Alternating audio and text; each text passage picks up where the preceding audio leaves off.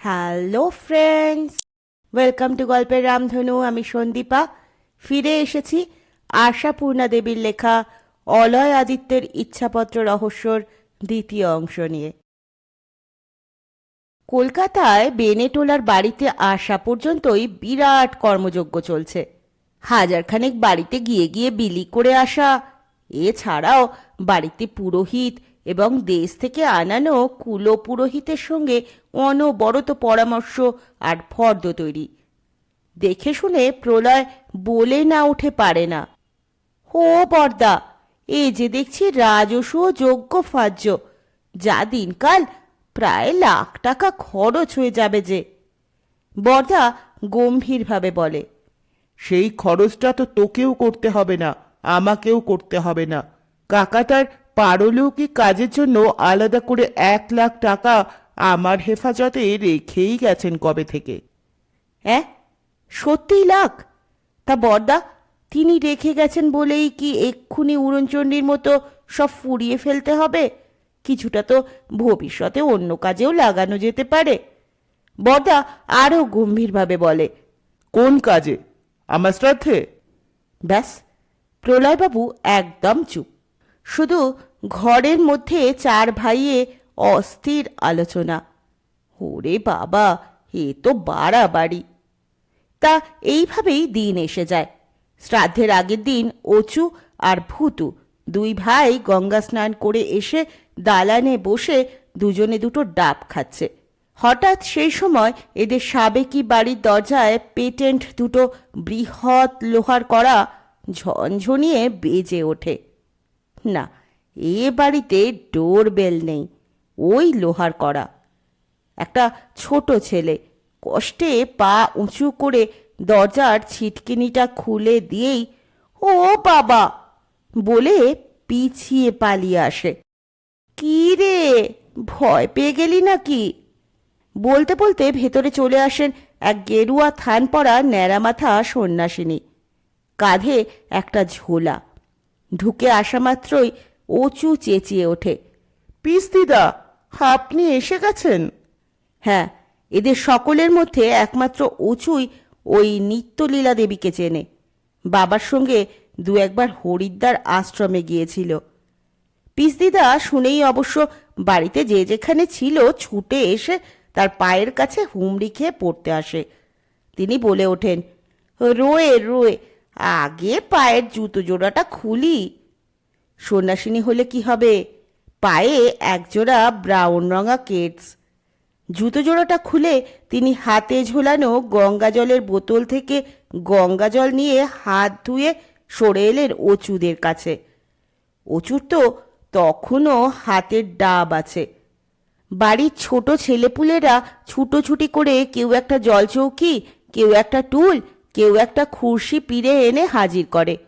তিনি হেসে হেসে বলেন, ব্যস্ত হোস নে বাবা, আমি বসছি বলে কাঁধের ঝোলা থেকে একখানা কম্বলের আসন বের করে পেতে তার ওপর আসন পিড়ি হয়ে বসে বলেন, ডাবটা খেয়ে নে বাবারা। তাড়াতাড়ি খেয়ে নেয় দুই ভাই। পিসদিদা নির্লিপ্তভাবে বলেন, গোমুখী গঙ্গোত্রী সেরে আশ্রমে ফিরেই দেখি এই সংবাদ। চলে এলাম সঙ্গে সঙ্গে, জানি তো এখানেই সবাই একত্র হবি। তারপর একটি গভীর নিঃশ্বাস ফেলে বলেন, তাহলে অলই পয়লা আশ্বিনের ধারাটা রাখলো। পয়লা আশ্বিন আপনি জানেন? অচ্যুত বলে। নিত্যলীলা দেবী বলেন, আমি জানবো না, তুই জানবি? বলি, তোদের এই বেনেটোলার বাড়িতে অর্ধেকটা জীবন কাটিয়ে যায়নি এ বুড়ি? একে একে 4 পুরুষ ধরে চলছে এই নিয়ম। বাড়ির তখনকার যে হেড, তারই ডাক আসবে ওই পয়লা আশ্বিন রাত 12টা। তবে সবাই কিন্তু আর একই বয়সে নয়, আর একই রোগেও নয়। তবে দিন ঘন্টা এক, পয়লা আশ্বিন রাত 12টা। আদিকর্তা অনন্ত আদিত্য গেলেন সন্ন্যাস রোগে ওই পয়লা আশ্বিন রাত 12টা। তার ছেলে অফুরন্ত আদিত্য হঠাৎ এক ভুতুরে জ্বরে কাছারি বাড়ি থেকে ফিরলেন শীতে হি হি করে, ঠক ঠক করে, জ্বরে কাঁপতে কাঁপতে। ব্যাস, তার ছেলে অক্ষয় আদিত্য 2 ঘন্টার ভেদভূমিতে, তো তার ছেলে অব্যয় আদিত্যরও তাই যাওয়ার কথা। অব্যয় মানে অবু, এই অবু ভূতুর বাপ। কিন্তু সে বেটা অদিনে অকালে দিন দুপুরে গাড়ি অ্যাক্সিডেন্টে মরে বসলো, ছেলে দুটোকে ছোট ভাই অলয়ের ঘাড়ে চাপিয়ে। তো এখন দেখছি পূর্বপুরুষের ধারা ওই অলই রাখলো। এখন ধারাটা মুছে গেলেই ভালো। একটি বউ বলে ওঠে, পিস দিদা, আপনার এত মুখস্থ আছে, পরপর সব বলে গেলেন। তা থাকবে না, ইতিহাস ভূগোল মুখস্থ করে স্কুলের পড়া করিনি বলে কি আর মাথার মধ্যে মগজ বলে কিছু নেই? কিন্তু এই অদ্ভুত ব্যাপারের রহস্য কি বলুন তো, এই পয়লা আশ্বিন? রহস্য? নিত্যলীলা দেবী কপালে একটা জোর হাত ঠেকিয়ে বলেন, ভগবানের লীলার রহস্য বুঝি এমন সাধ্য? এই যে ফুল যে আসে দিনে দিনে বিনা রেখার পত্রী চিনে, এর রহস্য কি বল? আকাশে মেঘ ডাকলে কাদায় পড়ে থাকা ব্যাঙ কেন আহ্লাদে ঘ্যাঙর ঘ্যাঙর করে ওঠে? আবার বনের ময়ূররা পেখম মেলে নাচতে থাকে, এর রহস্য কি? কখনো ভগবানের ঘরে ভূত জন্মায়, আবার কখনো ভূতের ঘরে ভগবান জন্মায়, এর রহস্য কি? যাকে বাবা ওসব রহস্য কথা, মানুষ নিজেরাই কত আগডুম বাগডুম রহস্য সৃষ্টি করছে। তা তোদের কাউকেই তো তেমন চিনছি না, চিনবই বা কি করে, দেখলুম কবে। তবে এই 4টি সন্ডা মার্কা ও বাড়ির ছোটদার নাতি 4টে না, মলয় প্রলয় নিলয় বিলয়। স্বর্ণমার্কা কথাটা অবশ্য শুনতে খুব মধুর লাগলো না ওদের, তবু একটি বউ বলে ওঠে, হ্যাঁ হ্যাঁ তাই তো, আপনি সকলের নাম জানেন? আরে বাবা, নামগুলো যে এই বুড়িরই রাখা। তা তোরাই বুঝি এদের বউ ছেলেপুলে? ভালো ভালো, তবু বংশবৃদ্ধি। অলোটা তো সংসারিক বলল না, আর অচুটারও তো এখনো পর্যন্ত কোনো বাচ্চা কাচ্চাই হলো না। ভূতুর কথা বাদ, যাগে যা হওয়ার হবে। তা তোরা সব ভালো থাকিস, সুখে থাকিস। চলি তাহলে। চলি তাহলে, এ কি কথা? সমবেত কণ্ঠে প্রায় আর্তনাদ। হাত যাবে নাকি? আগামীকাল আদ্য শ্রাদ্ধ। নিত্যলীলা দেবী হেসে ফেলে বলেন, আমার আবার আদ্য মধ্য? আমি কি তোদের এই আদিত্য বংশের কেউ? কবেই তো গোত্র ছাড়া করে বিদে করে দিয়েছিল। তাছাড়া এখনকার কথা তো আলাদা। কিন্তু তাই বলে নিজের পিতৃভিটে এসে কিছু মুখে না দিয়েই চলে যাবেন? মুখে তো আমার সঙ্গে এই বোতলে হরিদ্বারের গঙ্গা জল, তাই একটু মুখে দিই। অচু প্রায় চেঁচিয়ে ওঠে, তা হতে পারে না, অন্তত একটা ডাব খান। কাকার আত্মা তা না হলে শান্তি পাবে না। বলছিস? তবে দে, একটা ডাবই দে। আছে আর? অনেক। ছুটে নিয়ে এলো একজন একটা। নিত্যলীনা দেবী সেটাকে গঙ্গা জলে ধুয়ে আর সামনে পড়ে থাকা কাটারিখানাকেও গঙ্গা জল ছিটিয়ে ধুয়ে বলেন, কাট তবে। অতঃপর ডাবটি শেষ করে সকলকে আশীর্বাদ করে বলে যান, দেখ কচু, এখনই আমি হরিদ্বারে ফিরে যাচ্ছি না, কিছুদিন বেনারস আশ্রমে থাকবো। ছোট মহারাজ এখন বেনারসেই রয়েছেন। বেনারসে? পিসদিদা, তাহলে কাকার ইচ্ছাপত্র পড়ার দিন আপনি চলে আসতে পারবেন না? কাকার ইচ্ছাপত্র মানে উইল? তার সঙ্গে আমার কি সম্পর্ক রে দাদা? ও তো ওদের ব্যাপার। তবে যদি পারি হরিদ্বারে ফেরার আগে একবারেই বেনেটোলার বাড়িটায় ঘুরে যেতে পারি।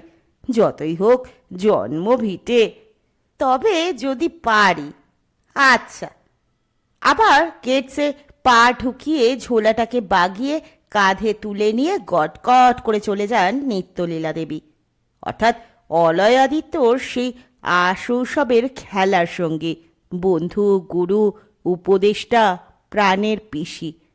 হতবম্ব হয়ে দাঁড়িয়ে থাকে সকলে। অতঃপর রাজস্ব যজ্ঞ মিটল। পাড়ার লোকের কাছে একটা চিরস্থায়ী স্মৃতি হয়ে রইল শ্রাদ্ধে ঘটা ফটা কাকে বলে। এবার অচু, ভুতু আর অচুর বউয়ের বোম্বে যাওয়ার দিন এগিয়ে আসে। আর কতদিন সেখানকার কাজকর্ম ফেলে রাখা যায়? কাকার সমগ্র বিজনেসের দেখাশোনার কাজই তো ছিল অচুর। তবে সে ছিল মালিকের নিচে বসে তার সহকারী হিসেবে, আর এখন মাথার ওপর থেকে ছাতা সরে গেছে। কি আর করা, ফিরে যেতে তো হবেই তাড়াতাড়ি। কাজেই পরামর্শ হলো, একটা শান্ত নির্ঝঞ্ঝাট দিন স্থির করা হোক অলয়াদিত্যের ইচ্ছাপত্র পাঠ করার। তা এরও দিনক্ষণ দেখা দরকার বইকি। ইচ্ছাপত্র পাঠ ব্যাপারটা হচ্ছে একটু গোপনীয়। বাইরের বাজে লোক হঠাৎ এসে পড়ে না ডিস্টার্ব করে, সেটা দেখা দরকার। বাড়ির কাজ করার লোকজনরা হঠাৎ না ঢুকে পড়ে, তাও দেখতে হবে। কাজে ঠিক হলো একটা ছুটির বিকেলে দোতলার ঘরে গিয়ে দরজা বন্ধ করে যারা কেবলমাত্র সম্পত্তির বৈধ অধিকারী বলে গণ্য, তারাই সে ঘরে থাকবে। অচ্যুত যখন ডাকল, মলয়, প্রলয়, নিলয়, বিলয়, তোরাও চলে আয় দোতলায়। তখন চার ভাইয়ের চার জোড়া দাঁতের পাটি কান পর্যন্ত ছুঁয়ে গেল। তারাও যে বৈধ অধিকারীর দলে গণ্য হবে এমন আশা তো ছিল না। হিসেব মতো তো তারা 5 পুরুষের জ্ঞাতি, আর সম্পত্তিটা তো পিতৃপুরুষের নয়, অলয়াদিত্যের সম্পূর্ণ সোপার্জিত। তবু বরদা যখন ডেকেছে তখন বুকটা আহ্লাদে উতলে ওঠে। আস্তে আস্তে দোতলায় সেই মাঝখানের নির্জন বড় ঘরটিতে উঠে এলো ওরা। এই ঘরটির আজ সাজসজ্জা একটু অন্য ধরনের করা হয়েছে। ঘরের মেঝে জুড়ে শতরঞ্জি চাদর পাতা, আর মাঝখানে একটি জলচৌকি, অনেকটা মঠ মন্দিরের পাঠক ঠাকুরদের মতো। সেই চৌকিটা ঘিরে বসেছে শ্রোতারা, উৎকর্ণ, উৎকণ্ঠিত। একসময় প্রলয় ভুরু কুঁচকে ইশারায় প্রশ্ন করল, বরদা এখানে নকুর কেন? বরদা ইশারায় জানালেন, ও থাকবে, এদের চিন্তা। কেন রে বাবা, ওই কাজের লোকটাও কিছু পাবে নাকি? যাই হোক, ব্যাপারটা দুপ্রস্ত হলো। প্রথমে ওই ফরাসের ওপরই একপাশে একটা টেবিল চেয়ার রাখা হলো, যেখানে এসে বসলেন অ্যাটর্নি শঙ্কর মুখার্জি। তিনি একটু কেশে এদিক ওদিক তাকিয়ে ইচ্ছাপত্রের ইংরেজি তর্জমাটি গড়গড় করে পড়ে গেলেন। কিন্তু উপস্থিত যারা রয়েছে কারো এমন চোস্ত ইংরেজি বুঝবার ক্ষমতা নেই। তা কি আর করা, তিনি পড়লেন। গুটিয়ে নিয়ে নিজের অ্যাটাচিতে ভরে সেই নির্জন ঘরটি থেকে বেরিয়ে এসে নিচে নেমে এলেন। সেখানে অবশ্য তার আপ্যায়ন ব্যবস্থা মজুদ ছিল প্রচুর। বাড়ির মহিলারা ঘোমটা দিয়েই পরিপাটি খাওয়ালেন, তিনি চলে গেলেন। তারপর শুরু হলো পাড়ার চিরকালের উকিল শশধর ঘোষের পাঠ। সকলের বোধগম্য পরিষ্কার বাংলায় লেখা সেই দলিলটি। ইচ্ছাপত্রটি তার ব্যাগ থেকে বের করে বিছিয়ে ধরলেন সেই জল চৌকিটার ওপর। এবার তো সকলেই প্রায় হুমড়ি খেয়ে গিয়ে, কারণ ইনি আবার একটু চিবিয়ে চিবিয়ে কথা বলেন। তিনি একবার কেশে কাছে রাখা জল ভর্তি গেলাসের জল এক ঢোক খেয়ে ইচ্ছাপত্রটি কপালে ঠেকিয়ে এদিক ওদিক তাকিয়ে ইশারায় বললেন, ওরা। অছু তাকিয়ে দেখল বুড়ি বামন্দি আর বাড়ির নিত্যসেবার ঠাকুরমশাই। অছু ইশারায় বলল, ওরাও থাকবে। আর ওরা, ওই ডাকাত মার্কা একদম এক চেহারার দুটো লোক। অচুর ইশারা, ওরাও থাকবে। দুটো এক ছাদের কেন? এই রকমই। শশধর এ বাড়ির চিরকালের চেনা, এদের কখনো দেখেছেন বলে মনে পড়ল না। তো এখন তো আর ডাক হাঁক দিয়ে পরিচয় জানাতে যাওয়া যায় না। সন্দেহ সন্দেহ চোখে বেশ কিছুক্ষণ নিরীক্ষণ করে দেখে ঘরের বাইরে বারান্দার দিকে তাকালেন। ওকে, রেলিংয়ের কাছ দিয়ে চলে গেল ফস করে, সাদা জামা পরা। অচু একটু হেসে বলে, সাদা জামা পরা লোক নয়, একটা গাবদা গোবদা সাদা বিড়াল। তা হোক, তারাও ওটাকে, বিড়ালেরও কান আছে। তাড়াতে অবশ্য হলো না, সে নিজেই চলে গেল। এলো ঘরের বারান্দার রেলিং থেকে অন্য ঘরের বারান্দার রেলিংয়ে। তা হোক, সাবধানের মার নেই। বারান্দার দরজাটাও বন্ধ করে দেওয়া হলো। শশধর ঘোষ চশমাটা নাকে ভালো করে সেটে জলচৌকির ওপর পাতা ইচ্ছাপত্রটির ওপর ঝুঁকে পড়লেন। শশধর ঘোষের গলার স্বরটি একটু ভাবগম্ভীর শোনালো। আস্তে একটু গলা ঝেড়ে শুরু করলেন। আমি শ্রী অলয় আদিত্য, নিবাস বর্তমান ঠিকানা অদ্য তাং। সম্পূর্ণ সজ্ঞানে সুস্থ অবস্থায় কাহারও বিনা প্ররোচনায় নিজ বুদ্ধি বিবেচনা ও বিবেক মতো এই ইচ্ছাপত্রটি রচনা করিতেছি। ইচ্ছা নাম্বার ১। আমার এই সারা জীবনের পরিশ্রমে গড়া বোম্বাইয়ের যাবতীয় ব্যবসা বাণিজ্য এবং এই সাগরিকা কুঞ্জ ভবন ও নিজস্ব প্রয়োজনের এবং কোম্পানির প্রয়োজনে যে ৩খানি গাড়ি আছে, এই সমস্ত কিছুর আমার অবর্তমানে একমাত্র মালিক হইবেন আমার জ্যেষ্ঠ ভ্রাতুষ্পুত্র শ্রীমান অচ্যুত আদিত্য, যিনি এ যাবৎ বিশ্বস্ততায় ও নিষ্ঠায় আমার ডান হাত স্বরূপ হইয়া আমার সহকারী হিসেবে কাজ করিয়া আসিতেছেন। এই সমগ্র সম্পত্তি তিনি দান বিক্রয় অধিকার সহ পুত্র পৌত্রাদিক্রমে ভোগ দখল করিবেন। যদিও এখনও তাহার কোনো সন্তানাদি হয় নাই, তবে ভবিষ্যৎ ভাবিয়াই এই ব্যবস্থা। শশধর একটু থামেন। ঘরের মধ্যে গোটা ৪-৫ বুক ধরফড়িয়ে ফেটে যেতে থাকে। ওহ, এই লোকটা অচ্যুত আদিত্য কি লগ্নেই জন্মেছিল!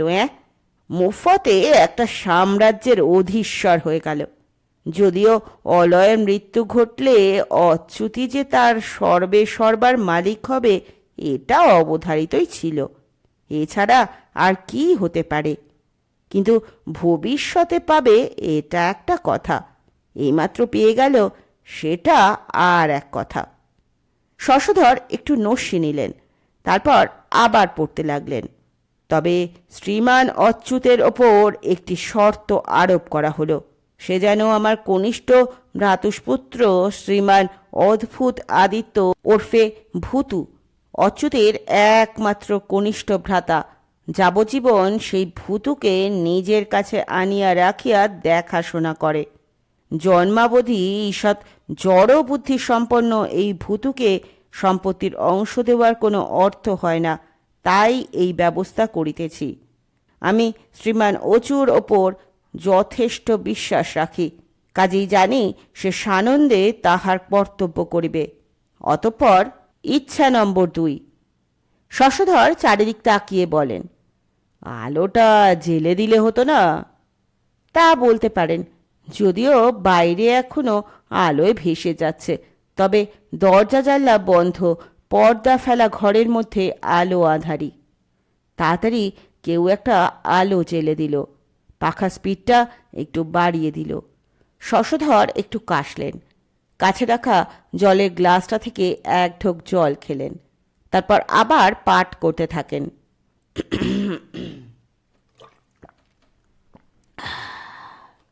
এখন নগদ টাকার কথায় আসা যাক।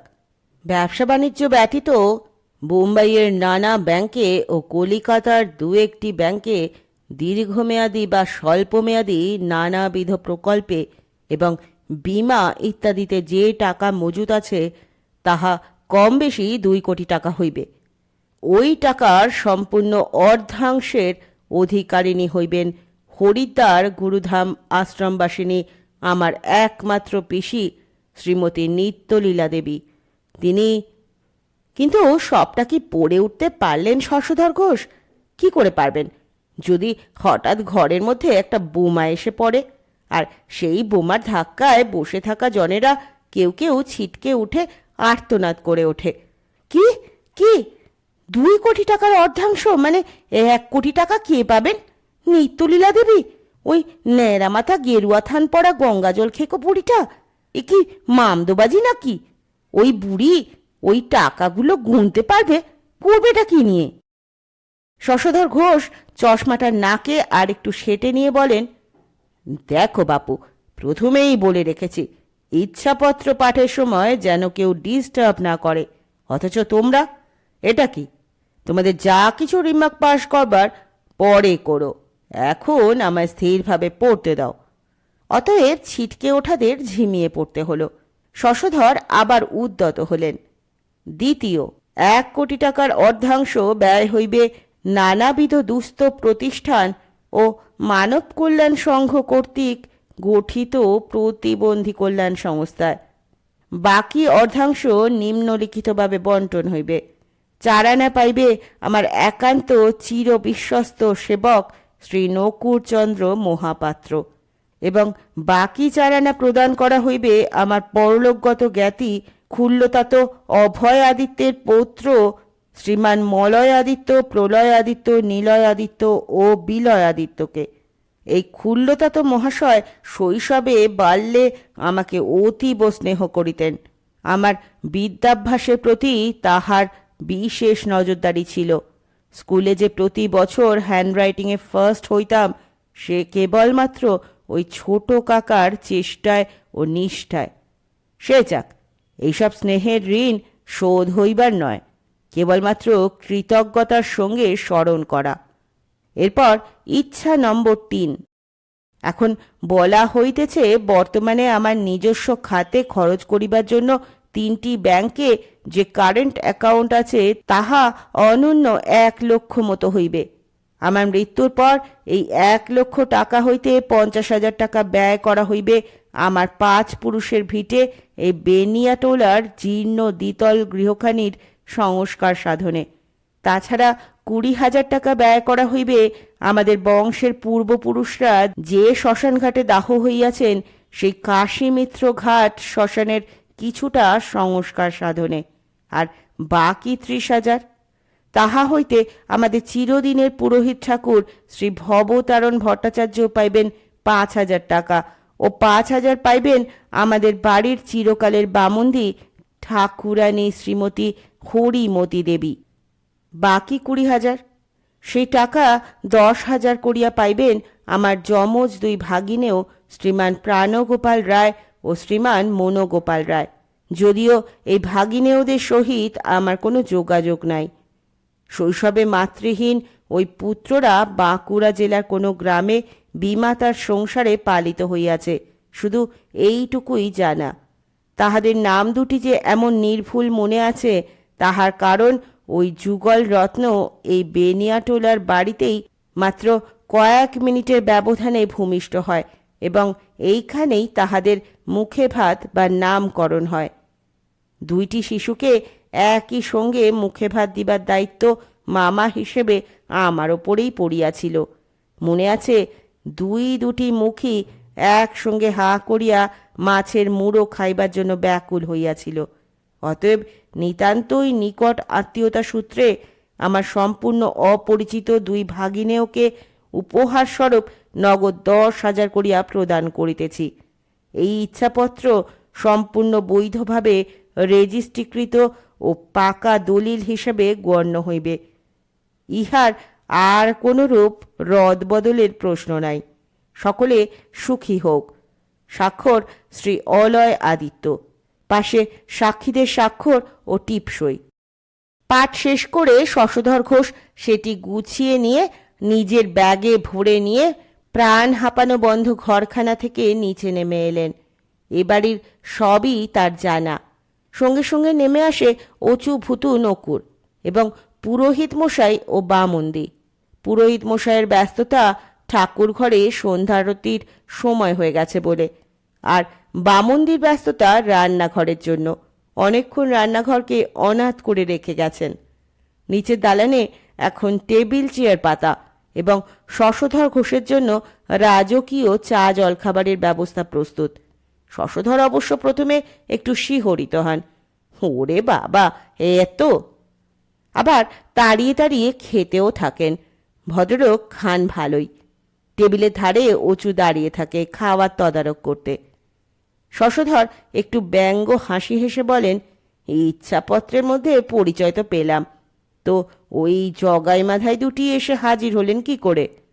অচু একটু হেসে গলার সুর নামিয়ে বলে, ইয়ে মানে কাকার কাজের সময় তো এদিক ওদিক থেকে বহু আত্মীয় স্বজন এসেছিলেন, সকলেই চলে গেছেন। তবে শশধর হেসে বলেন, এরা আর নড়ছেন না কেমন? মহত্তা দুটি থেকে একটু সাবধান থেকো বাবা, চোখে মুখে ধূর্তামের ছাপ। তা তোমরা কবে বোম্বে ফিরছো? এই তো সামনের শুক্রবারে, আর দেরি করা চলে না। সে তো ঠিকই, চালানোর দরকারও নেই। তা ভূতু তোমাদের সঙ্গে যাচ্ছে তো? সে তো নিশ্চয়ই। আর নকুর?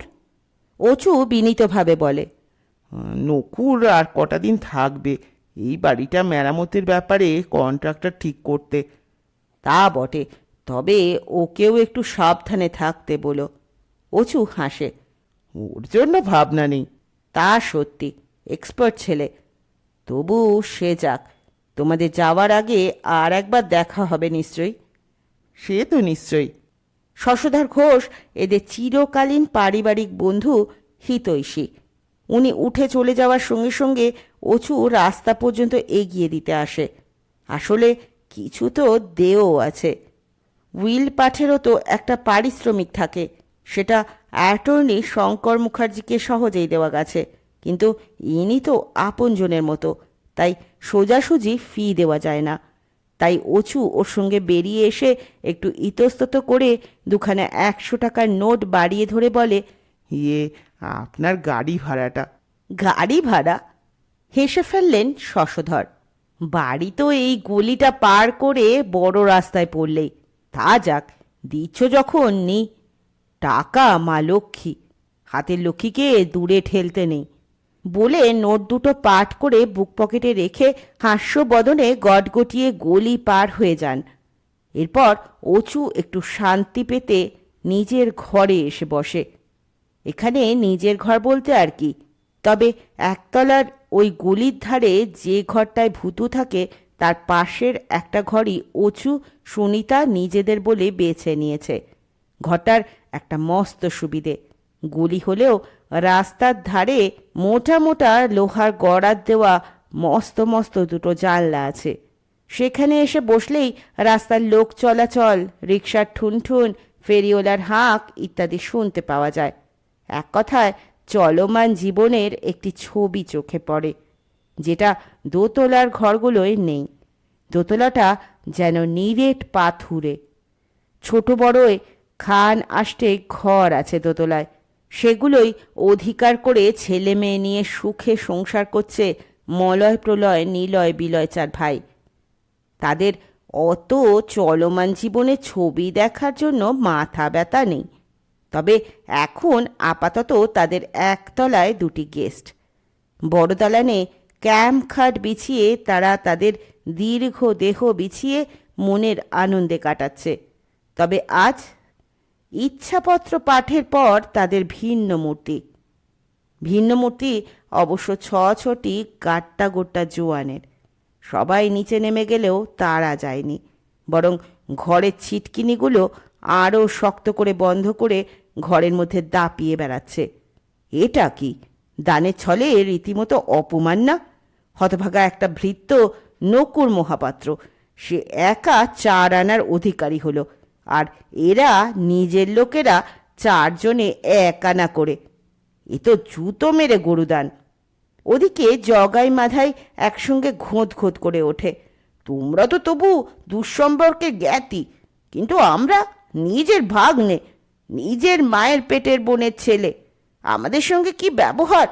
পুরুত ঠাকুর নগদ 5,000, বামুন্দি নগদ 5,000, আর আমাদের কি না মাত্র 10,000 করে। মুষ্টি ভিক্ষা বললেই হয়। অন্য কেউ হলে নিত না, তবে নেহাত আমাদের অত মান অভিমান বোধ নেই, তাই চেঁচিয়ে উঠিনি নেব না করে। তবে এর একটা প্রতিকার করতেই হবে, এত অপমান সহ্য করা যায় না, রীতিমতো অ্যাকশন নেওয়া দরকার। যতক্ষণ না রাত্রিরের খাওয়ার ডাক পড়ল, ততক্ষণ ওই 6 জন ঘরের মধ্যে দাপিয়ে বেড়াতে লাগলো। খাওয়ার ডাক বড় মধুর ডাক। অলয়াদিত্যের কাজের নিয়মভঙ্গের দিনের পর থেকেই তো এলাহি ব্যাপার। বামুন পিসির ডাক কানে আসতেই সবাই দুধ দাঁড়িয়ে নেমে যায়, আর বাঘা বাঘা মহিলারা তো আগে থেকেই যে যার সময়ে কাজ সেরে চলেছে। তারা তো এ ঘরে আসেইনি। বোম্বে চলে আসার পর অচু আর সুনিতা ভুতুকে নিয়ে নিজেদের ফ্ল্যাটের দরজা খুলেই ঢুকলো। কাকার ফ্ল্যাট যেমন বন্ধ ছিল তেমনই বন্ধ রইল। নকুর না আসা পর্যন্ত তাই থাকবে। অবশ্য নকুর না আসায় অসুবিধে ঢের।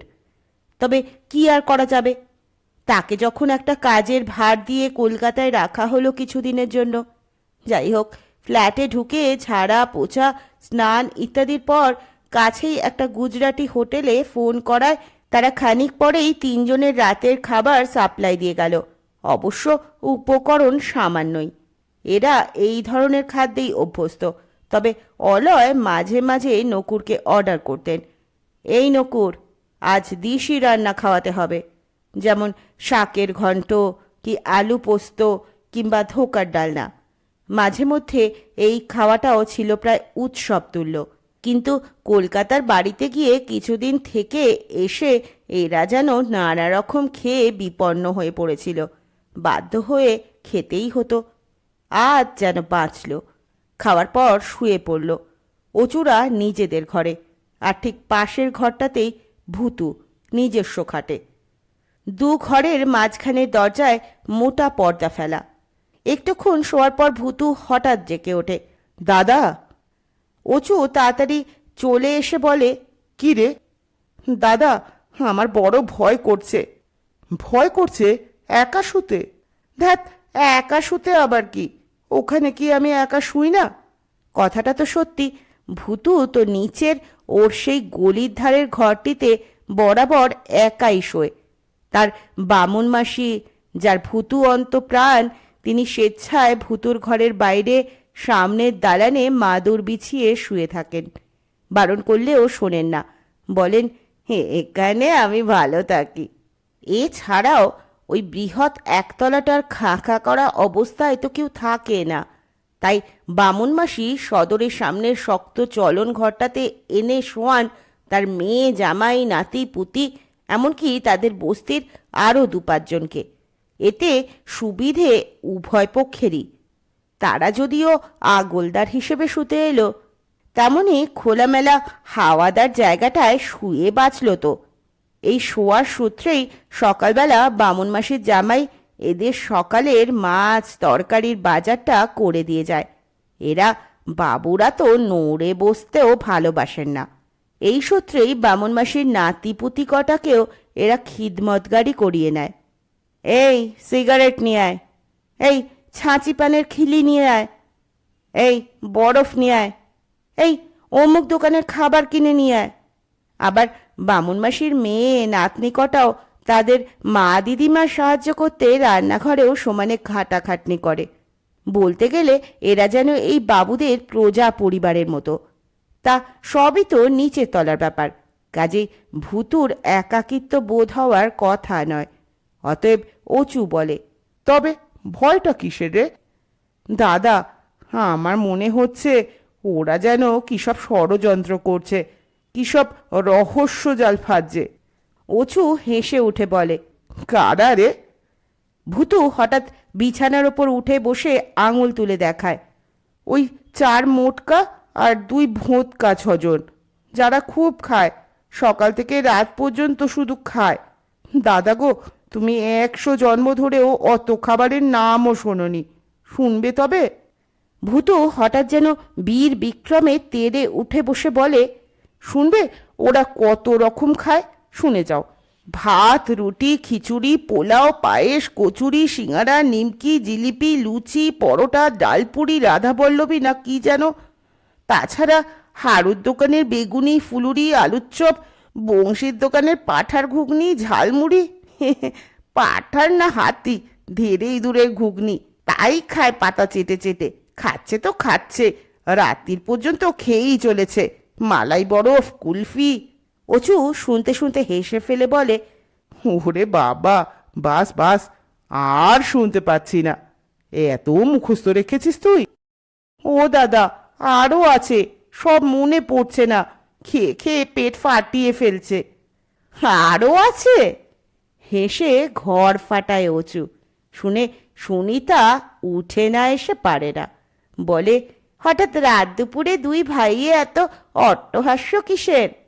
অচু বলে, ভূতু এখন ওই কলকাতার বাড়ির দাদাদের খাওয়ার ফর্দ বলতে বলতে দারুণ ভাবনায় পড়েছে।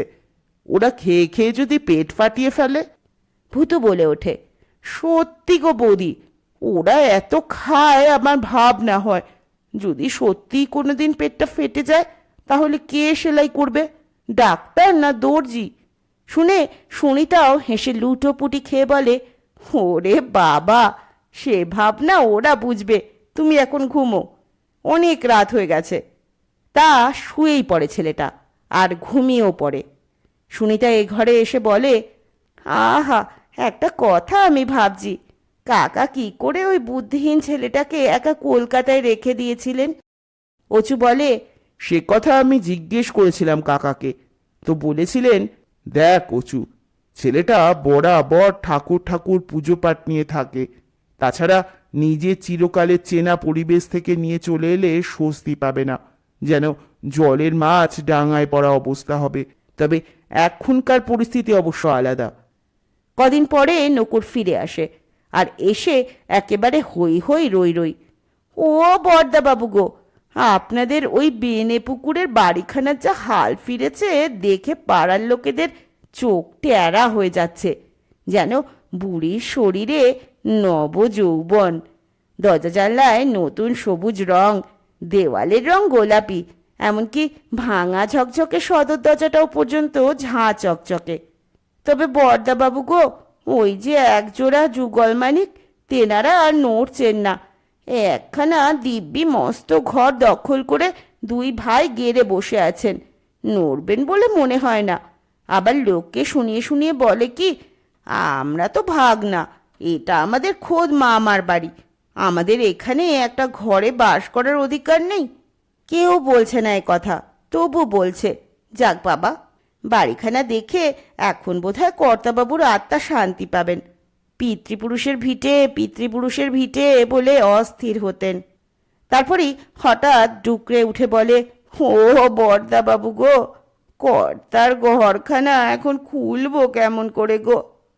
নকুর বোম্বে ফিরে যাওয়ায় বেনেটোলার বাড়ির বাবুরা যেন হাঁপ ছেড়ে বাঁচে। লোকটার কেমন যেন মস্তান মস্তান গার্জেন গার্জেন মার্কা ভাব। ওর কাছে নিজেদেরকে যেন হেও মনে হয়। তবে ওদের গিন্নিদের অন্য মত। তারা বলে, কেন বাপু, লোকটা তো অতি নম্র ভদ্র সভ্য, আর কি কাজের, একটা মানুষ পাঁচটা মানুষের কাজ সামলে তোলে।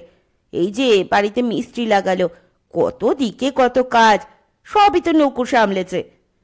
এরা রেগে বলে, আচ্ছা বাবা আচ্ছা, নকুর আমাদের মাথা কিনে গেছে। এই যে বাবু বাহাদুরি করে কন্ট্রাক্টর লাগিয়ে বাড়ি সারিয়ে দিয়ে গেলেন, আমরা দাঁড়িয়ে থেকে মিস্ত্রি খাটিয়ে সারালে ওর অর্ধেক খরচ হতো না। শুনে বউরা রেগে না উঠে পারে না, বলে, তোমরা জন্মে জীবনে একটা মিস্ত্রি খাটিয়ে বাড়ির গায়ে এক পোঁচ চুন লাগিয়েছ, এখন বাড়িটার কি ভোল বদলে গেছে, এখন নতুন বাড়িতে বাস করছি, সারা জীবন তো রান্না, ভাড়ার ঘরে বস্তা বস্তা ইঁদুর আরশোলা উইয়ের ঢিবি নিয়ে কাটিয়েছি, এখন তো মনে হয় স্বর্গ সুখে আছি। তা যাকে, গিন্নিদের কথায় কে কান দিতে যাচ্ছে? নকুর বিদেয় হয়েছে, বাঁচা গেছে, এখন খোশ মেজাজে তার নিন্দে মন্দ করা যায়, তাতেই সুখ। তবে মজা হচ্ছে, ওই একটা বিষয়ে চার কর্তা আর বাড়তি একজোড়া মানিকজোড় একমত হলেও হঠাৎ দেখা যাচ্ছে মানিকজোড়টি কেমন যেন এদের থেকে বিচ্ছিন্ন হয়ে যাচ্ছে। তারা নিজেরাই শুধু দুজনে ঘরের মধ্যে ফুসফুস কুচকুচ, আর দুই ভাই হঠাৎ যেন কলকাতা চষে বেড়াচ্ছে, সারাদিন টোটো কোম্পানি। দাদারা বলে, হ্যাঁ রে প্রাণগোপাল মনোগোপাল, সারাদিন এত ঘুরিস কোথায়, রোদে রোদে? তারা দুই ভাই হঠাৎ তেড়ে উঠে বলে, কোথায় আবার, চাকরি খুঁজতে। শুনে তো এরা থ, চাকরি খুঁজতে এই বয়সে, আর এই বিদ্যেতে কে তোদের জন্য চাকরি নিয়ে বসে আছে? জিজ্ঞেস করলেই তেড়ে ওঠে, তা যে করেই হোক খুঁজে পেতে হবে, মামার দেওয়া মুষ্টি ভিক্ষে ওই 10,000 টাকায় তো জীবন কাটবে না। তবে আর কে কি বলবে, তবে চাকরি খোঁজার জায়গাটা যেন তাদের কোর্ট কাছারির দিকে। প্রায় প্রায়ই লোকে বলে, ওদের দুই ভাইকে আলিপুর কোর্টের কাছে বটতলায় বসে থাকতে। ওদের দুই ভাইকে শিয়ালদা কোর্টের চত্বরে ঘোরাঘুরি করতে। জিজ্ঞেস করতে সাহস হয় না। দুই ভাই হঠাৎ এমন খেকি হয়ে উঠছে, এমনকি এত খেকি যে বামুন্দি যখন একদিন সন্ধেবেলা জিজ্ঞেস করেন, হ্যাঁ বাবা মনু, প্রাণগোপালকে আজ সন্ধেবেলা খেতে বসতে দেখলুম না, তখন মনু খেঁচিয়ে উঠে বলে, তার সর্দি জ্বর হয়েছে, ঘরে শুয়ে আছে। ও মা, তাই বুঝি? সর্দি জ্বরে কিছু খাবে না? দুখানা গরম পরোটা ভেজে দিতাম। না না, ওসব পরোটা ফরোটায় দরকার নেই। ওর ওই ধাত, দুদিন উপোস করে বিছানায় পড়ে থাকলেই ঠিক হয়ে যাবে। তো তাই থাকে। দুদিন কেন, দিন 3-4 না খেয়ে দিয়ে বিছানায় পড়ে থাকে, ঘর থেকে বেরোয় না, কেউ তাকে চোখেও দেখতে পায় না।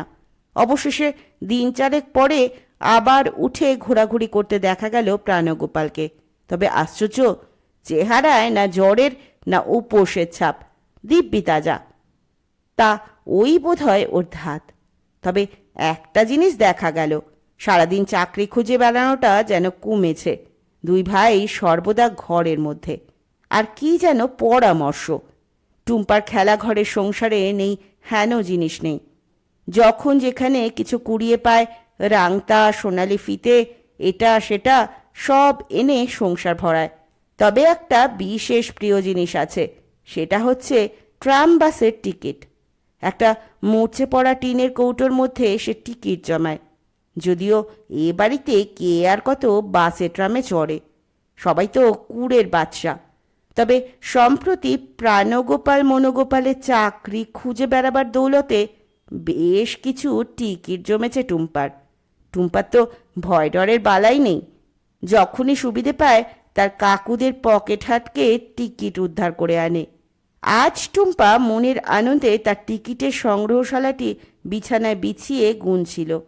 টুম্পার মা হঠাৎ সেদিকে তাকিয়ে বলে, এ টিকিট দুটো কোথায় পেলি রে? এ তো দেখছি রেলগাড়ির টিকিট। টুম্পা আ করে ওঠে, ওই দুটো আমার ভালো টিকিট। তা তো বুঝলাম, কিন্তু পেলি কোথায়? ভূত কাকাকুর পকেট থেকে। ভূত কাকাকু মানে প্রাণগোপাল। টুম্পার মা অবাক হয়ে বলেন, তিনি তো 3-4 দিন বিছানায় শুয়েছিলেন, হঠাৎ তার পকেটে রেলগাড়ির টিকিট? পুরনো তো মনে হচ্ছে না। টুম্পার বাবার কাছে এসে বলে, আচ্ছা এটা কি ব্যাপার বলো তো? বেনারসে যাওয়া আসার দুখানা টিকিট প্রাণগোপাল ঠাকুরপোর পকেট থেকে নিয়ে এসেছে টুম্পা। টুম্পার বাবাও দেখে তাজ্জব। যে মানুষ 4 দিন বিছানায় পড়েছিল, হঠাৎ তার পকেটে রেলগাড়ির টিকিট। 4 ভাইয়ে চিন্তায় যোগ দেয়। ব্যাপারটা তো ঠিক বোঝা যাচ্ছে না, একটা অদ্ভুত রহস্য। জিজ্ঞেস করে দেখবে? ওরে সর্বনাশ, সর্বদা তো আগুন হয়ে আছে, জিজ্ঞেস করতে গেলে তেরে মারতে আসবে না কেন? তা কে জানে, কিন্তু রহস্যটা উদ্ঘাটন হবে কি করে? মলয় প্রলয় নিলয় বিলয় নেহাত সাদামাটা 4টে মাথা ঘামিয়ে ঘামিয়ে হদিশ পায় না। এইভাবে দিনগুলো চলছিল যেন থমথমিয়ে। হঠাৎ একদিন এক অভাবিত ঘটনা। বারাণসী কোর্ট থেকে শ্রী প্রাণগোপাল রায় ও শ্রীমন গোপাল রায়ের নামে সিল করা একখানি দলিল এসে হাজির। এ আবার কি ব্যাপার? যাই হোক, খুলতে তো হলো, আর খুলে দেখে সবাই হাঁ। একখানি দানপত্রের দলিল, রীতিমতো উপযুক্ত স্ট্যাম্প মারা ডিড পেপারে ছাপা। সেই দানপত্রের ভাষা এই: আমি শ্রীমতী নিত্যলীলা দেবী সম্প্রতি আমার মৃত ভ্রাতুষ্পুত্র অলয়াদিত্যের ইচ্ছাপত্র সূত্রে যে বিপুল পরিমাণ অর্থ লাভ করিয়াছি, সেই অর্থ আমি বাঁকুড়া বেদরাপাড়া নিবাসী শ্রী সত্যগোপাল রায়ের যমজ পুত্র শ্রীমান প্রাণগোপাল রায় ও শ্রীমান মনোগোপাল রায়কে সম পরিমাণে ভাগ করিয়া দিয়া এই দানপত্র রচনা করিতেছি। যেহেতু আমি আশ্রমবাসিনী সন্ন্যাসিনী, আমার কাছে টাকা মাটি টাকা, সেহেতুই আমি ওই দুস্থ আত্মীয়দের টাকাগুলি দান করিলাম, যদি ভবিষ্যতে ওই অর্থ হইতে তাহাদের জীবন সুখের হয়। স্বাক্ষর শ্রীমতী নেত্রলীলা দেবী। ঠিকানা বারাণসী গুরুধাম শান্তিকুটির। এই দানপত্র দেখে মলয় প্রলয় নিলয় বিলয়ের 4 জোড়া চোখ থেকে মুঠো মুঠো আগুন ছিটকয়। এর মানে পিসদিদা তার সর্বস্ব দানপত্র করে দিয়েছেন তোদের? তোরা কে? যুগলরত্ন দুই ভ্রাতা বলে ওঠে। তা আমাদের ওপর চোখ গরম করছো কেন? তোমরাও যেখানে আমরাও সেখানে। আমরা তো গিয়ে তার পায়ে ধরে সাধতে যাইনি দাও দাও বলে। যুক্তিটা অকাঠ্য, সত্যি তো। এরাও যেখানে ওরাও সেখানে। দুমদুমিয়ে পায়চারি করতে করতে হঠাৎ প্রলয় বলে ওঠে, এ দানপত্র জাল, আইনে চলবে না। প্রাণগোপাল মনোগোপাল হতাশভাবে বলে ওঠে, জাল? আইনে চলবে না? তবে আর কি করার আছে? গরিব ছিলুম, চিরকাল গরিবই থাকবো। তবে জাল তার প্রমাণ কি? এই যে নাম স্বাক্ষর, দেখছিস, শ্রীমতী নেত্রলীলা দেবী। নিত্যলীলা নয়, নেত্রলীলা। প্রাণগোপাল একটু চুপসে গিয়ে বলে, বয়সের দোষে হাত কাঁপার ফলে হর্ষইটা একারের মতো হয়ে যেতে পারে। তবে কথা হচ্ছে, কাশিতে আমার কি এমন ইয়ার বন্ধু আছে যে এত টাকা খরচা করে একখানা জাল দলিল পাঠিয়ে মজা দেখবে? এসব বানাতে আর পাঠাতে খরচ তো নেহাত কম হয়নি। তাও তো বটে। অতএব সবাই চুপ। প্রাণগোপাল মনোগোপাল দুই ভাই আপন মনে বলে ওঠে, যাগে, জাল হলে জাল, তবে এসেছে যখন একবার কালীঘাটে পুজো দিয়ে আসি। অতএব বেশ ঘটা করে পুজো দিয়ে আসে। তারপর বলে ওঠে, যাই, বাঁকড়োয় গিয়ে একবার বাবাকে সুখবরটা দিয়ে আসি, আর ওখানকার সদা জাগ্রত কালী রক্ষে কালীর মন্দিরে পুজো দিয়ে আসি। পরে যদি দেখা যায় সব ফোক্কা, তাহলে পুনর্মুশিক। দুই ভাই চলে গেল বাঁকুড়ায়। হঠাৎ এই সময় এক সাংঘাতিক দুঃসংবাদ, যা ভাবনার বাইরে ছিল। দুঃসংবাদটা অবশ্য বোম্বেতে ওচুর কাছেই পৌঁছেছিল। তার মাধ্যমেই টেলিফোনে বেনেটোলায় এসে পৌঁছলো। বোম্বের টেলিগ্রাম এসেছে, গত পরশু রাত্রে নিত্যলীনা দেবী ঘুমের মধ্যে হার্ট ফেল করে মারা গেছেন। ডাক্তারদের মত, ঘুমের মধ্যে কোনো আততায়ীর হাতে আক্রান্ত হয়ে আতঙ্কে এ মৃত্যু ঘটেছে। কারণ দেখা যাচ্ছে মৃত্যুর আগে বেশ ধস্তাধস্তি কাণ্ড ঘটেছে। বিছানা বিধ্বস্ত এবং মাটিতে হুমড়ি খেয়ে পড়ে মারা গেছেন। তার হাতের মুঠোয় একগোছা চুল। মনে হয় আততায়ী চুলের মুঠি এত জোরে টেনে ধরেছিলেন যে সেই চুলের গোছা তার হাতের মুঠোয় উপড়ে এসেছে। তার খাবার জলের পলিথিনের বোতলটাও ঘরের মেঝে গড়াগড়ি যাচ্ছে।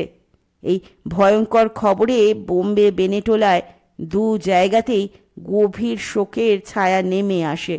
এই চিরকালের ধর্মপ্রাণা মহিলার কিনা এই শোচনীয় মৃত্যু। কিন্তু টেলিগ্রামটি যে কে করেছে ঠিক বোঝা যাচ্ছে না। সাধারণত টেলিগ্রাম আসে ইংরেজিতে, এখানে আবার হিন্দিতে। অবশ্য হিন্দি হলো গিয়ে রাষ্ট্রভাষা, সবেতেই চলে। তবে মনে হচ্ছে টেলিগ্রাম প্রেরক একটু অল্প শিক্ষিত লোক, বোধহয় বারাণসী আশ্রমের কোনো কর্মচারী হতে পারে। মৃত্যুর তারিখটাও যেন কেমন অস্পষ্ট। তবে পরদিনই আবার একখানি সেই হিন্দিতে টেলিগ্রাম। জানানো হচ্ছে, অদ্য প্রাতে নিত্যলীনা দেবীর মরদেহখানি আশ্রমের মহারাজজিরা বারাণসীর পুণ্যস্থান মণিকর্ণিকা ঘাটে যথোপযুক্তভাবে সৎকার করে এসেছেন। এরপর আর বিশ্বাস অবিশ্বাসের প্রশ্ন আসে কোথায়? শোকের সাগরে ভাসতে থাকে আদিত্য পরিবার। যুগলরত্ন বাঁকুড়া থেকে ফিরে এসে এই দুঃসংবাদ শুনে বুক চাপড়াতে থাকে। হায় হায়, আমাদের কপাল! ওই টাকার কারি দান করে গেলে না আমাদের, আমরা একবার পা ছুঁয়ে প্রণাম করে আসতে পারলাম না। না পেলে আর কি করা যাবে? এখন তো আর তার পা ছুঁতে যাওয়ার প্রশ্ন ওঠে না। সময়ে সবই সয়ে যায়। আবার সকলের স্বাভাবিক জীবনযাত্রা ফিরে আসে।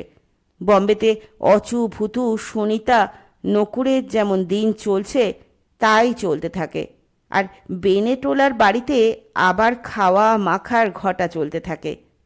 তো এদিন সন্ধ্যের মুখে দালান জুড়ে সকলের সন্ধ্যার চা জলখাবারের আয়োজন হয়েছে। পাতাগুলো পড়েছে, তখনও খাবার সাপ্লাই হয়নি। হঠাৎ বেনেটোলার বাড়ির সেই পেটেন্ট সদর দরজায় লোহার কড়াখানি ঝনঝনিয়ে উঠল। এ সময় কে জানে কে খাওয়ায় ডিস্টার্ব করতে এসেছে। ছোট ছেলেরা ধারে কাছে কেউ নেই যে পা উঁচু করে খিল খুলতে যাবে। প্রাণগোপাল ছিল সামনের দিকে। সে উঠে গিয়ে দরজা খুলে ধরে, আর সঙ্গে সঙ্গে পিছু হটতে হটতে আর আ করতে করতে ধরাস করে পড়ে গিয়ে বিরাট দেহখানা নিয়ে গো গো করতে থাকে। তা করবে না? দরজা খোলা মাত্রই যদি দেখে কালো আলখাল্লা পরা, লম্বা লম্বা কালো জটা, ভুসো মাখা কালো মুখে বড় বড় চুনের ফোঁটা দাগা এক ভয়ঙ্করী মূর্তি, এক হাতে একটা জলের বোতল আর এক হাতে পলিথিনের প্যাকেটে ভরা এক মুঠো চুল নাচাতে নাচাতে ঢুকে আসে, বিকট গলায় বলতে বলতে, হাও মাও খাও, মনুষ্যের গন্ধ পাও, একটা খাবো, দুটো খাবো, কর্মরিয়ে চিবিয়ে খাবো। তো গো গো করতে করতে অজ্ঞান হয়ে পড়বে না? বাকি যারা বসেছিল তারাও তো এক নজর দেখেই দু হাতে মুখ ঢেকে গো গো শুরু করেছে। হঠাৎ শুনতে পায় কে যেন বলে উঠল, আর থাক, অনেকক্ষণ তো মূর্ছ গিয়ে পড়ে থাকা হয়েছে বাছাধনদের। বলি, চিনতে পারছিস এ চুল কার? এ বোতল কোথাকার? এ কি, এ কণ্ঠস্বর কার? ও তো সেই বিকট স্বর নয়, যেন বেশ পরিচিত। সাবধানে একটু চোখ খুলে দেখে সামনে থেকে সেই ভয়ঙ্করী মূর্তি অন্তর্হিত। সামনে দাঁড়িয়ে গেরুয়া থান পরা, ন্যাড়া মাথা, কাঁধে ঝোলা পিসদিদা। সবাই আহ্লাদে আর্তনাদ করে ওঠে, পিসদিদা, আপনি বেঁচে আছেন? দেখে কি মনে হচ্ছে? আছি না নেই? তবে হ্যাঁ, এই লক্ষ্মী ছাড়া পাষণ্ড দুটো নেই করে দেওয়ার তালে ছিল। কলকাতা থেকে ঠেলে গিয়ে কাশিধামের গুরু আশ্রমে শান্তি কুটিরে শান্ত হয়ে ঘুমিয়ে থাকা বুড়িকে ভূত সেজে ভয় দেখিয়ে গলা টিপে ধরে ধস্তাধস্তি করে জাল দলিলে সই করিয়ে নিয়ে যায় পাজিরা। তবে নেহাত নাকি শক্ত পাল্লায় পড়েছিল। তাই বলি, এ চুলের গোছা কার? ঝোলা থেকে সেই চুলের গোছাটা বের করে আবার দোলাতে থাকেন তিনি। বুড়ির হাতে উপড়ে এসেছিল ধস্তাধস্তিতে। চুলের গোছা! হঠাৎ প্রাণগোপাল নিজের ঘাড়ে হাত বোলায়। এ কি? সবাই অবাক হয়ে তাকিয়ে দেখে। চিরকাল প্রাণগোপালের ঘাড়ের ওপর দুল দুলনো যে চুলের গোছাটি সযত্নে ঘাড় থেকে উল্টে এনে মাথার মাঝখানে তেল চুকচুকের টাকের ওপর টেরির বাহার করত, সেই চুলের গোছা সমূলে উৎপাটিত। ঘাড়ে সে জায়গায় লাল লাল ফোসকা। অবাক কাণ্ড তো! কবে কখন এমন কাণ্ড হলো কারো তো লক্ষ্য পড়েনি। তা এমন কত কি যে রোজ দেখেও লক্ষ্য পড়ে না লোকের। চুলের গোছাটা ফের ঝোলায় পুড়ে বোতলটা আর একবার বের করেন নিত্যলীনা দেবী। বলে ওঠেন, এততেও স্বাদ মেটেনি বাছাধনদের। বুড়ি মোড়ে গড়াগড়ি দিতে দেখেও তার খাবার জলের বোতলে বিষের পুড়ি আমিষ হলেন আর এক মহত্তা। এই দুটি মোক্ষম সাক্ষী। এখন চলো বাছাধনরা পুলিশে, দেখো তোমাদের কপালে কি আছে। জেল, কারাদণ্ড, যাবজ্জীবন, ফাঁসি। হ্যাঁ হ্যাঁ হ্যাঁ, পুলিশ নয় গো। কেন নয় গো? কেন? মাঝরাত্রিরে বুড়ির গলা টিপে ধরে জাল দলিলে সই করিয়ে নেওয়ার চেষ্টার সময় মনে পড়েনি জগতে পুলিশ আছে, জেল আছে, ফাঁসি আছে? ওরে বাবা রে, আর কখনো এমন কাজ করব না। এই নাক মুলছি, কান মুলছি। পিসিদার বজ্রস্বর। ঠিক, মনে থাকবে, মনে পড়বে। লোভে পাপ, পাপে মৃত্যু। যাক, এবারকার মতো তাহলে মাফ করে দিলাম। তবে দে, মেপে 7 হাত নাকে খত দে।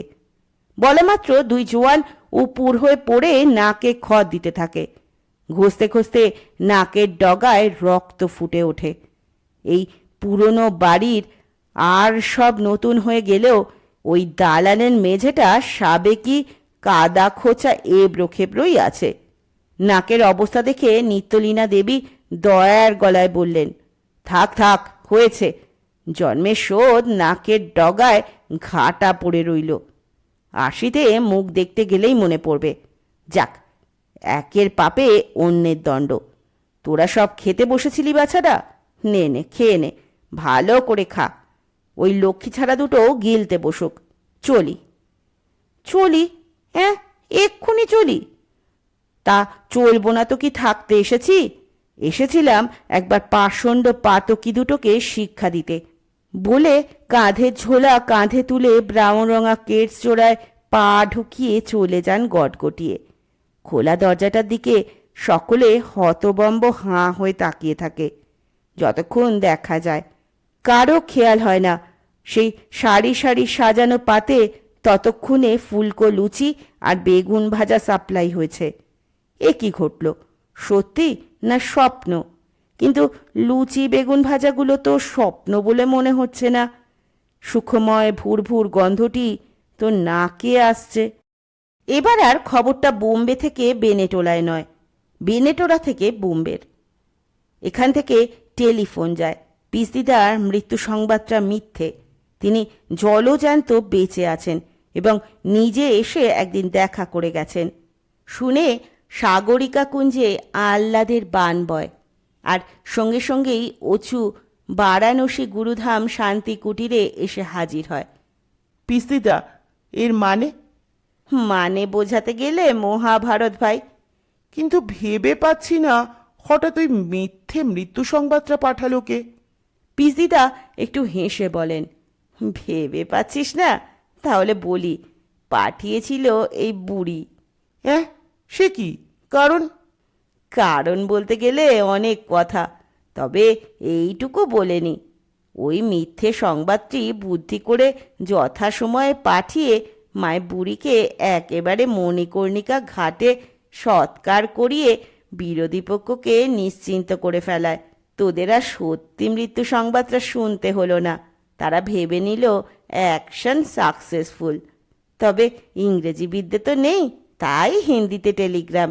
যা হোক, রাষ্ট্রভাষা তো, এতেই কাজ চলল।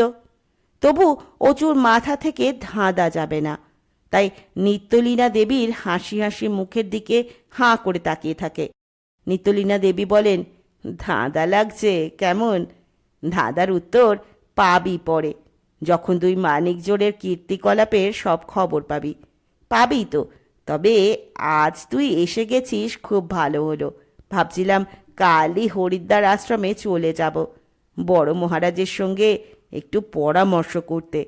আমার চিরকালের আদরের ভাইপো অলয় যখন পিসিকে অত টাকা দিয়ে গেল, সেই টাকায় যদি গোমুখী গঙ্গোত্রীর মতো দুর্গম পথে যাত্রীদের জন্য কালী কমলিওয়ালার ধর্মশালার মতো ছোটোখাটো একটু কিছু করা যায়। অবশ্য এইসব কাজে কোটি টাকা কিছুই নয়, কোটি কোটি টাকা নস্যি, তবে যতটুকু যা করা যায় তার চেষ্টা। যাকে, আজ তুই এখানে এসে পড়েছিস, এখানের ভোগের প্রসাদ খেয়ে যা, কখনো তো আসিস না। অচু বলে, পিস্তিদা, আবার কবে দেখা হবে? তা কি বলা যায় ভাই, হয়তো হবে, হয়তো হবে না। ওই ভোগ হয়ে গেল, ঘন্টা শোনা যাচ্ছে, চল। তবে এইটুকু বলে রাখি অচু, ওই যে মানিকজোর একটি তোদের আদিত্য বাড়িতে মামার বাড়ির আবদার নিয়ে গেড়ে বসে আছে, পারিস যদি তো তাদের ওখান থেকে উচ্ছেদ করিস। ও দুটি হচ্ছে শয়তানের ঝাড়, কখন যে আদিত্য বাড়ির কার কি অনিষ্ট করে বসে কে জানে। তা বলতে কি উচ্ছেদ করা সম্ভব হলো, কারণ সম্প্রতি নাকের ডগায় ঘাটা পড়িয়ে বসার ফলে দাপটটা একটু চুপসে গেছে তাদের। তারপর তারপর আর নতুন কিছু না, নিত্যলীনা দেবীর ধর্মশালার আয়োজন হতে চলল। এদিকে সাগরিকা কুঞ্জে অচু, ভূতু, সুনিতা আর নকুরের যেমন চলে আসছিল তেমনই চলতে থাকে, আর বেনেটোলার বাড়ির বাবুদের যেমন সকাল থেকে রাত পর্যন্ত খাওয়ার সাধনা চলতো তেমনই চলতে থাকে, বরং এখন একটু বেশি মাত্রাতেই হতে থাকে আর্থিক সুসার হওয়ায়। অলয়াদিত্যের ইচ্ছাপত্রে কোনো রহস্য ছিল না, নেহাত সাদামাটাই, শুধু দুটো দুষ্টুবুদ্ধি শয়তানের লোভ আর ঈর্ষার ফলে অদ্ভুত একটা রহস্যজাল সৃষ্টি করে এত কাণ্ড ঘটিয়েছিল। এমনকি একটা মৃত্যুও ঘটাতে বসেছিল, নেহাত একটি শক্ত পাল্লায় পড়ায় সেটি আর হয়ে ওঠেনি। যাক, সব ভালো যার শেষ ভালো। এখন যথা পূর্বং তথা পরং। আশা করা যায় অলয় আদিত্যের আত্মাও হয়তো এখন কোনো একখানে তার প্রিয় পূর্বপুরুষদের সঙ্গে মিলিত হয়ে সুখে স্বচ্ছন্দে বসবাস করছেন। শুনছিলেন শ্রীমতী আশাপূর্ণা দেবীর অলয় আদিত্যের ইচ্ছাপত্র রহস্যের শেষ পর্ব। কেমন লাগলো গল্পটা শোনার অপেক্ষায় থাকবো। ভালো লাগলে লাইক শেয়ার কমেন্ট করবেন অবশ্যই। তাহলে পরের দিন আবার নতুন কোনো গল্প নিয়ে হাজির হব। ততক্ষণ পর্যন্ত সকলে ভালো থাকবেন, সুস্থ থাকবেন, আনন্দে থাকবেন এবং পাশে থাকবেন। নমস্কার।